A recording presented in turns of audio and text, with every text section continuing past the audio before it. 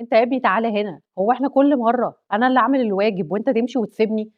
تعالَ هنا كمّل الواجب، مش طريقة دي، أنت إيه الغباء اللي أنت بقيت فيه ده؟ أنا عارفة يا حبيبي إن الواجب ده بيبقى تقيل على قلبك، بس إحنا هنعمله مع بعض، أنا سِبت كل حاجة وخلّصت كل حاجة عشان أبقى قاعدة معاك، يالّا بينا ونشوف مين فينا أشطر، أنا والّا أنت؟ الطريقة دي هتخلّي ابنِك يسمع الكلام من غير صريخ،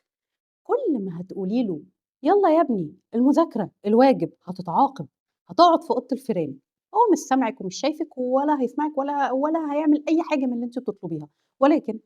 لو حسستيه إن المذاكرة دي حاجة بسيطة، لعبة وبالذات للسن الصغير، كل ما حسستيه إن الموضوع خفيف على القلب وإن أنا قاعدة معاك وهاراجع معاك وتفرجيه على حاجات تكون ليها علاقة بالمضمون اللي هو بيذاكره، كل ما ده شجعه أكتر إنه يقعد، ولو يا سلام بقى ربطتِ له الحاجات اللي عنده فيها الhomework بألعاب، يعني مثلًا تحطّي لو هو طفل لسه صغير وبتعلّميه التأسيس، تحطّي له الحروف، يدوس على الحرف مثلًا فين حرف الA مين هيروح يجيب حرف الA قبل أنا والّا أنت؟ الحاجات دي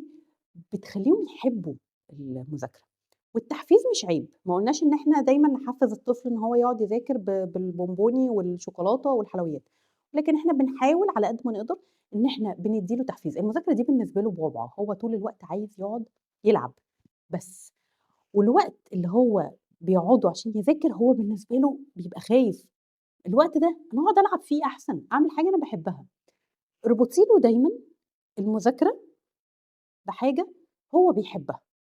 أنت لو خلّصت هنعمل كذا، وفعلًا اعملي ده، ما يبقاش كل مرّة كده ولكن في بعض المرّات أنتِ هتحتاجي لكده، لإن في أوقات كتير جدًا هو بيبقى موده حلو جدًا وعايز يقعد وعايز يعمل الواجب